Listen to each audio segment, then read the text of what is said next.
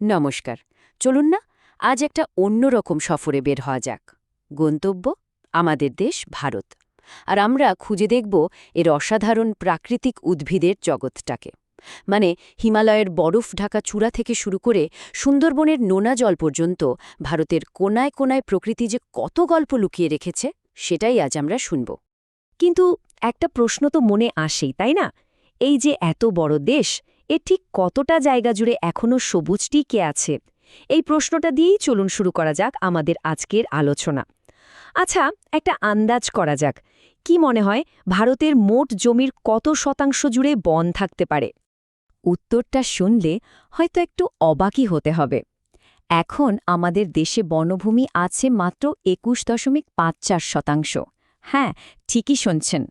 Forest survey of ইন্ডিয়ার report বলছে দেশের মোট ৭,৮,০০০ বর্গ কিলোমিটারের একটু বেশি এলাকা এখন গাছের ছায়ায় ঢাকা। কিন্তু মজার ব্যাপার হলো পরিবেশ বিজ্ঞানীরা বলেন একটা দেশের পরিবেশের ভারসাম্য ঠিক রাখতে হলে অন্তত ১/৩ মানে ৩৩.৩৩% এলাকা সবুজ হওয়া দরকার। তাহলে বুঝতেই পারছেন ফারাকটা কিন্তু বেশ বড়। আমরা এখনও লক্ষ্যের থেকে অনেকটা পিছিয়ে আছি। এই ছবিটা দেখলে এই ব্যাপারটা আরও পরিষ্কার হয়ে যাবে। কোথায় আমাদের কাঙ্ক্ষিত লক্ষ্য আর কোথায় আমরা এখন দাঁড়িয়ে আছি। আর সত্যি বলতে কি, এই সমস্যাটা শুধু আমাদের দেশের নয়, এটা একটা গ্লোবাল ট্রেন্ড। ভাবা যায় একটা সময় পৃথিবীর প্রায় অর্ধেক মানে 50%ই ছিল বনভূমি, আর এখন সেটা কমতে কমতে এসে দাঁড়িয়েছে মাত্র ৩০%। তো এই যে একটা উদ্বিগ্নজনক পরিস্থিতি, এটাকে মাথায় রেখেই চলুন আমাদের আজকের যাত্রাটা শুরু করি। আমরা প্রথমে দেখে নেব ভারতের বনভূমির এখনকার অবস্থাটা ঠিক কী, আর একে আমরা মূলত কটা ভাগে ভাগ করতে পারি। দেখুন, ভারতের মতো বিশাল দেশে আবহাওয়া, বৃষ্টিপাত, মাটির ধরন সবকিছুতেই প্রচুর ভ্যারিয়েশন। আর ঠিক এই কারণেই এখানকার গাছপালা বা স্বাভাবিক উদ্ভিদও একরকম নয়। এই বৈচিত্র্যের ওপর ভিত্তি করেই এখানকার উদ্ভিদকে মোট ৬টা প্রধান ভাগে ভাগ করা হয়। আমাদের আজকের আলোচনা কিন্তু এই ৬টা ভাগকে ঘিরেই এগোবে। এই যে ম্যাপটা দেখছেন, এটাকে আমাদের আজকের সফরের গাইড ম্যাপ বলতে পারেন। ১৯৩৬ সালে এইচজি চ্যাম্পিয়ন প্রথম এই ক্লাসিফিকেশনটা করেছিলেন, যদিও পরে এটা আরও উন্নত হয়েছে। ম্যাপের দিকে তাকালে সবুজ রঙের বেশ কয়েকটা শেড চোখে পড়বে, তাই না? এইগুলোই হলো সেই ৬টা ভাগ, আমাদের এক একটা গন্তব্য। তাহলে চলুন আর দেরি না করে একে এক করে সবটা ঘুরে দেখা যাক।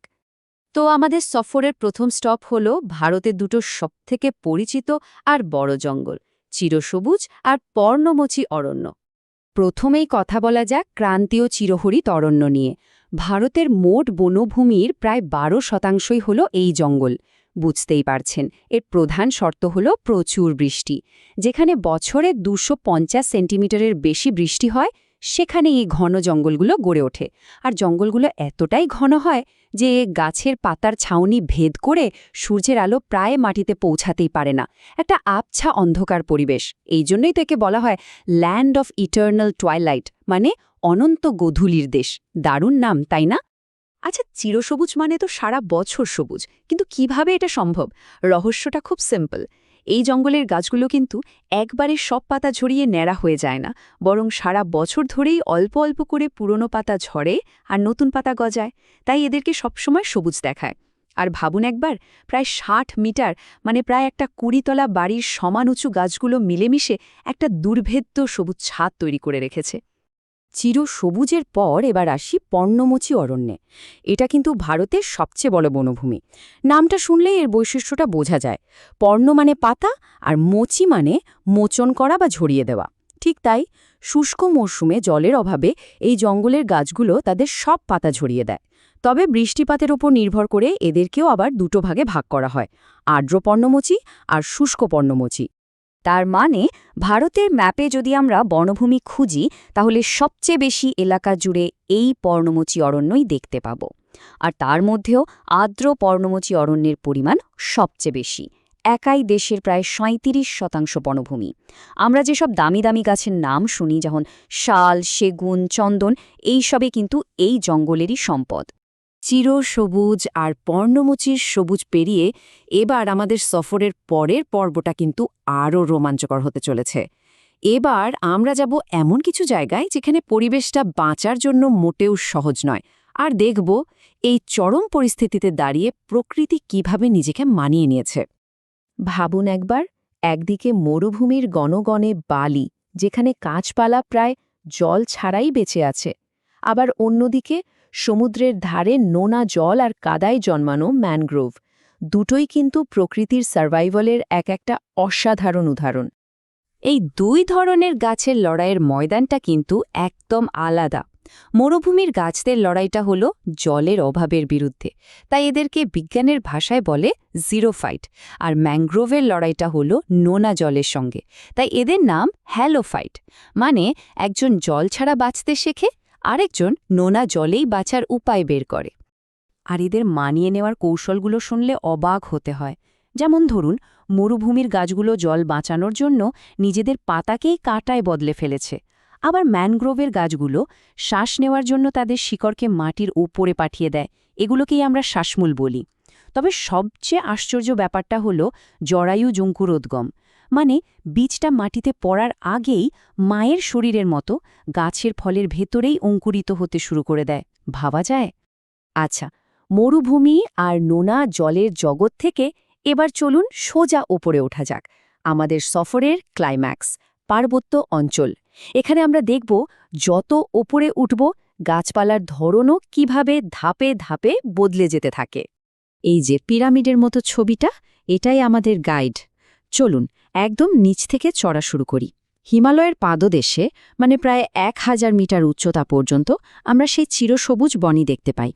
সেখান থেকে আরেকটু উপরে উঠলে, মানে প্রায় 2000 মিটার পর্যন্ত শুরু হয়ে যায় পাইন গাছের জঙ্গল। আবহাওয়া বদলাচ্ছে, তাই গাছও বদলাচ্ছে। আরও উপরে 1500 থেকে 3000 মিটারের মধ্যে চোখে পড়বে ওক আর ম্যাপেলের মতো গাছের মিশ্র বন। আর যখনই 4000 মিটারের কাছাকাছি পৌঁছে যাবেন, তখন ফর, স্প্রুসের মতো ছুঁচলো পাতার গাছ দেখে বুঝবেন যে চূড়া আর বেশি দূরে নেই। আর একদম টপে 4000 মিটারেরও উপরে গেলে আর বড় বড় গাছ দেখতে পাওয়া যায় না। তার বদলে চোখে পড়বে রডোডেন্ড্রন, জুনিপারের মতো ছোট ছোট ঝোপঝাড় আর সবুজ ঘাসের তৃণভূমি।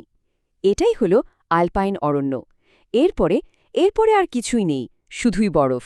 ব্যাপারটা একবার ভাবুন তো, একই পাহাড়ের নিচে ঘন জঙ্গল, আর তার চূড়াতেই কিনা বরফ ঢাকা উদ্ভিদহীন একটা জগৎ।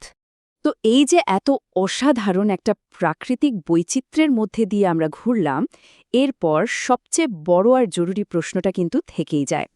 এই যে আমাদের সবুজ ঐতিহ্য, একে আমরা বাঁচাবো কিভাবে? আমাদের সফরের শেষ পর্বটা এই প্রশ্নটাকেই নিয়ে।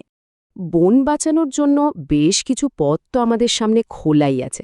যেমন নতুন করে গাছ লাগানো, যেটাকে আমরা বলি বনসৃজন, জঙ্গলকে দাবানলের হাত থেকে বাঁচানো, আর একটা খুব জরুরি উপায় হল যৌথ বন ব্যবস্থাপনা। মানে যেখানে শুধু সরকার নয়, বরং জঙ্গলের আশপাশ থাকা স্থানীয় মানুষরাও বন বাঁচানোর কাজে কাঁধে কাঁধ মিলিয়ে এগিয়ে আসেন।